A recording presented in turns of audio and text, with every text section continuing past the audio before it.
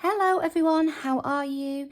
I'm Donna for those who don't know me, and this week I have been thinking about tags, specifically trying to remind myself of kind of like the basics of crafting and the substrates that I can find and use that are quite easy and readily available to me. So what I've put together is this ring held tag swatch sampler, I suppose. And what I'm going to do is build up a collection of very back to basic materials that I can use either as the base of tags or just as the tags themselves, and keep whatever it is I'm using how it is as the main feature. And my idea is that over the weeks I will work on 4 or 5, perhaps 5 might be a nice number, different ways or methods to make the base of a tag and pop them onto this ring here. And then I've got them as a really quick reference for when I am feeling a little bit low on ideas or mojo and the various, I have obviously done a little bit of prep. I have already cut a handful of tags out just to save me some time. The card that I used is this one. Craft UK A4 White Smooth Premium Collection 300 GSM. This was very reasonably priced. I either got it off Amazon or I got it from Craft Stash. I can't quite remember. It's a really nice, good quality card. Nice and firm, nice and smooth. There's no texture on it. And for minimal waste, I first of all got my piece of paper. Now for those in the US, this might be slightly different because this is an A4 size, but I put it lengthways, and going across this way on the longer side, I cut at 2 1/4 inches. If I pop that on there, you'll see.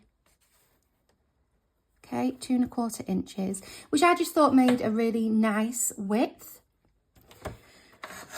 So I did that right across. Excuse me for the wobbling. I did that right across, just kept moving this along. So I will do it quickly with you because it won't hurt to have a few more.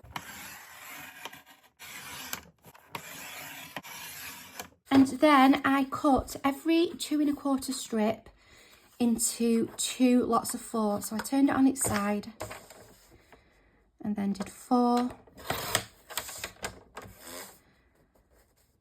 and 4. So from that A4 we got 1, 2, 3, 4, 5 long strips, which means we're going to be able to get 10 tags once we've cut our two lots of 4 out. So here are my 10 tags from one piece of A4, and this is the only waste that I've got from there. If I was preparing them to pop onto here, I would then do my corners and do my the hole in the middle, but because I think I might use these to do some examples today, I'm going to leave that for the moment because it's probably easier to do it after, and then I'm not cutting everything twice. Okay, so let's get on with example 1.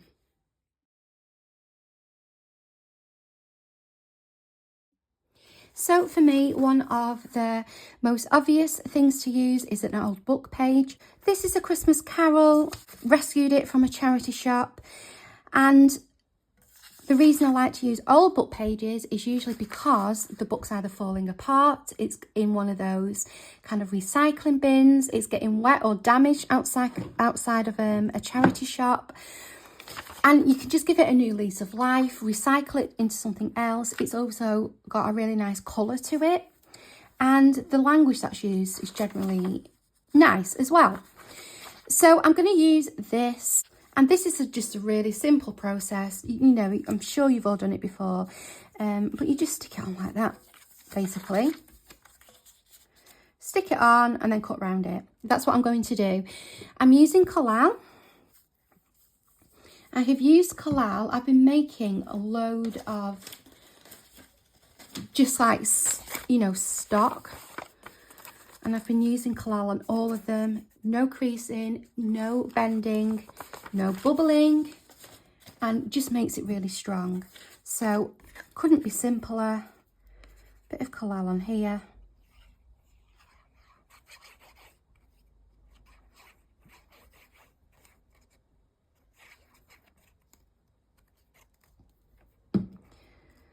Glaze it down. And then what I like to do is make sure I've got a clean spatula, because I'm using white card. I want to avoid getting any glue marks on there. And I just spread the glue out, make sure it's covered all of the back of the card, and then that's that done. This is a page from Emma, which I've also got. I also have books like this, like the works of Shakespeare, which has got a really nice patina to it as well. And this is actually a nice thickness of paper. Sometimes they can be quite thin in the complete works of Shakespeare. So anything like that makes a great base for a tag.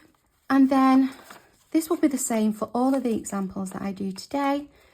Just simply cut around.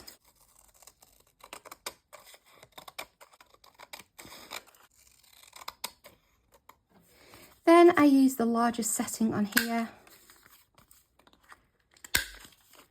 to make my tag. I'll do the hole at the end when I've got them all together, but that's it, that's done. So, first idea, a book page. Let's move on to idea number 2.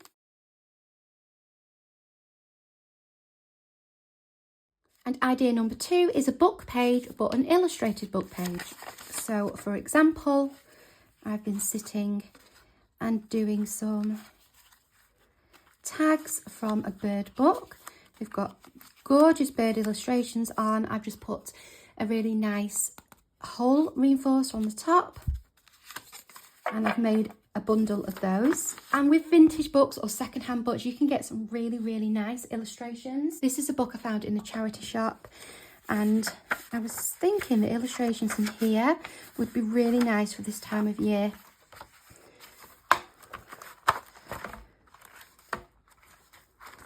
So I think I will just take this page here, it's page of contents, because this is a nice section, or of course I could use this page here.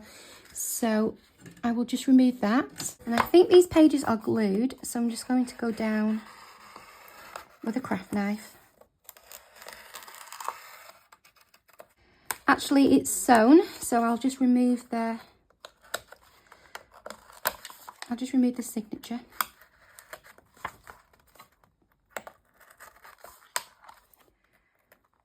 Now, I know some people, book pages, they don't like the idea at all of using them, and that's absolutely fine. That's personal preference to each individual.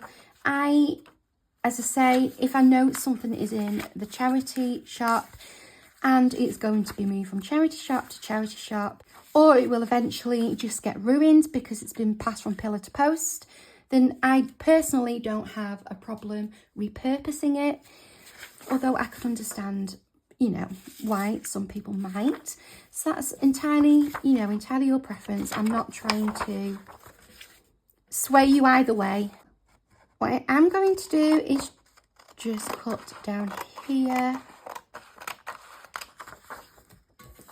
I think I want this side. So I'm going to glue it this way. And these pages are just thin enough so that you can see where you're putting your paper to make sure that you've got the bits on there that you want on there. And what I sometimes like to do as well is get the tag. I will just cut around that tag, which just makes it a little bit easier to know where I'm sticking it down. Then I'll just go in with my collal again. You don't need an awful lot.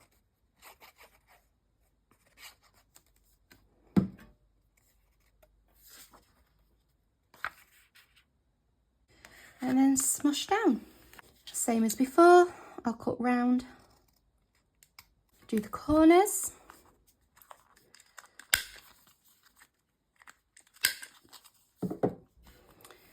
And there we have another tag base. Let's move on to idea number 3.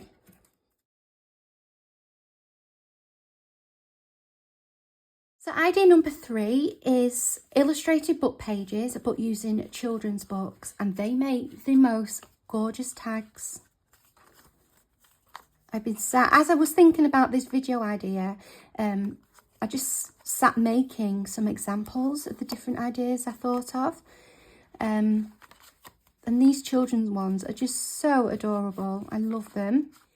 I think this illustration here is really interesting. And I think I'm going to concentrate around this castle. This is part of, I think, a board game that was in a book, a children's book of some kind. I'm just actually going to put a mark.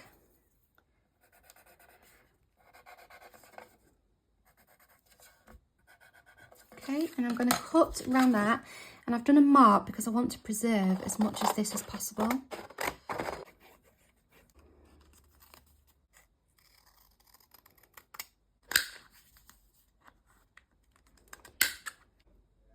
And that's idea number 3 done.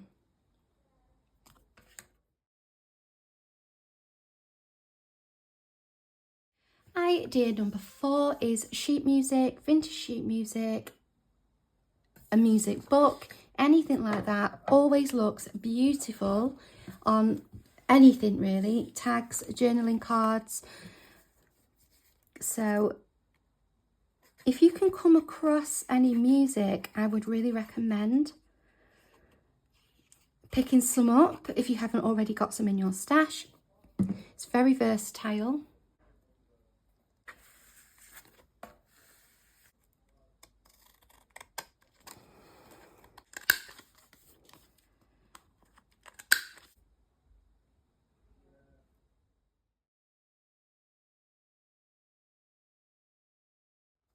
Idea number 5 is what I would call coffee table books.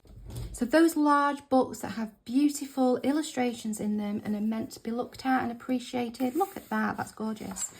I've got a few examples here to show you. Again, I think this one was actually in a supermarket. Just, you know, you just had to give a donation. But you often get gorgeous illustrations in these types of books that you can utilise. This one is another one I've got, which is really nice. Victorian needlework.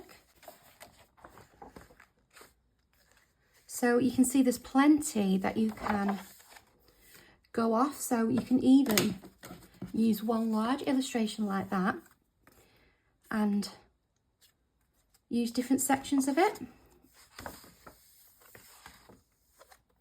Another example I have is this one. Again, this was a donation at the back of a supermarket. I'm just trying to get it on. And this has got all types of different art. So although yes, there's a lot of writing, you can utilise the pictures in here. They're a nice size for a tag. Towards the back, there's some larger ones. I just love that. Where you might choose to, again, just use part of the illustration. You may also have something like this, which is more of like an arty magazine. This, again, was in a second-hand shop at a local cafe. And you just put some money into an honesty box. So you might have something like this as well that you could utilise. I've chosen this illustration from that first book that I showed you. Love that door. So that's just about perfect size for my tag. Now with coffee table books, the pages do tend to be quite glossy. That would be my only downside. For me personally, I prefer matte pages. But again, you know, we're trying to utilise what we have and what we can find.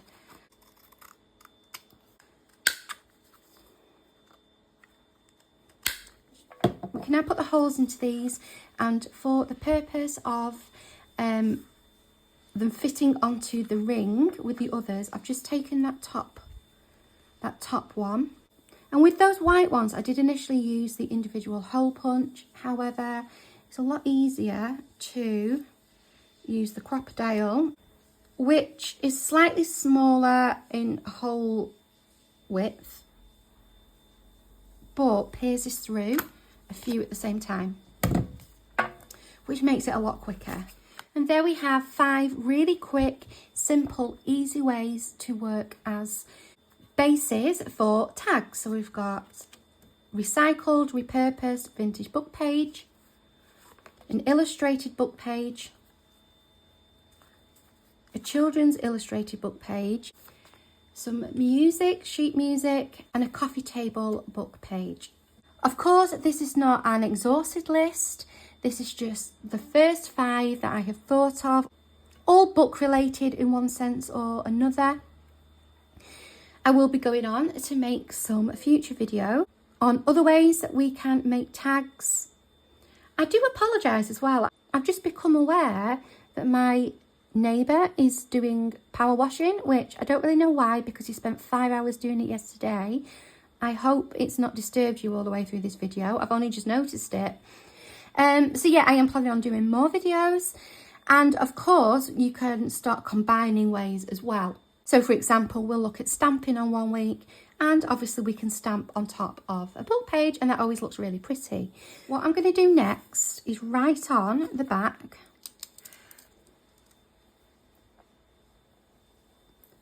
the substrate that I've used.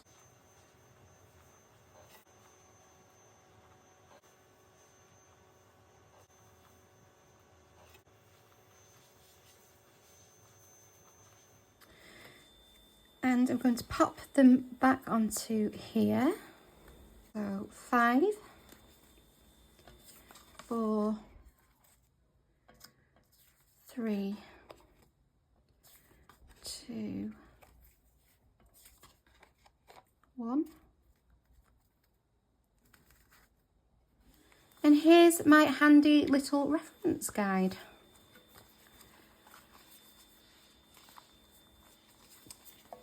Let me know what you think of this idea. I've got lots of other ideas listed that I want to go on and do. If you want to suggest any other ideas yourself, feel free to do so in the comments. And if they are not on my list already, I will add them onto my list. And I will see you in a couple of videos time when we'll do some more ideas. Thank you for joining me today. I really appreciate your time. It means a lot. And take care until then. See you soon. Bye.